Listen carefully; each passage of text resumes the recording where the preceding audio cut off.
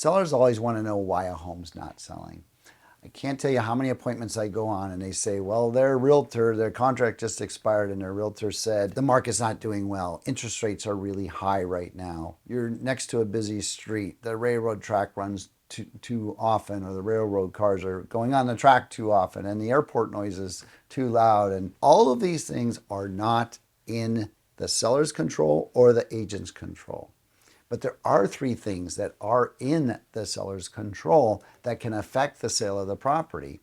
And those are the three things to focus on when adjusting the plan to get the home sold, whether you want to speed up the process or just get the job done. So those three control measures are: one, the showing condition.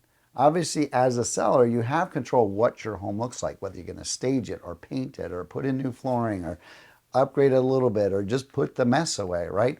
This is in your control, and the better a home looks, the better it has a chance of selling at a price that you're happy with. Control measure number two, and probably the most important, is of course price. When homes are not selling, I've seen in many cases over time, 37 years of doing this, when homes are getting no activity, like nothing, nobody's coming by, no one's making offers, the price is off by as much as 10%. But homes are getting activity, but not getting offers. Buyers are coming, they're like, oh, we're intrigued, but they get there, they don't write an offer. They're often off by as much as 5%. So just something to look at there. And the third control measure, of course, is the marketing. What kind of marketing campaign is being done for that property?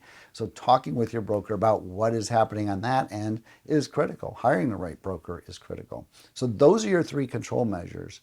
You're not going to change the market conditions. You're not going to change the location. You're not going to change interest rates. None of those are in your control.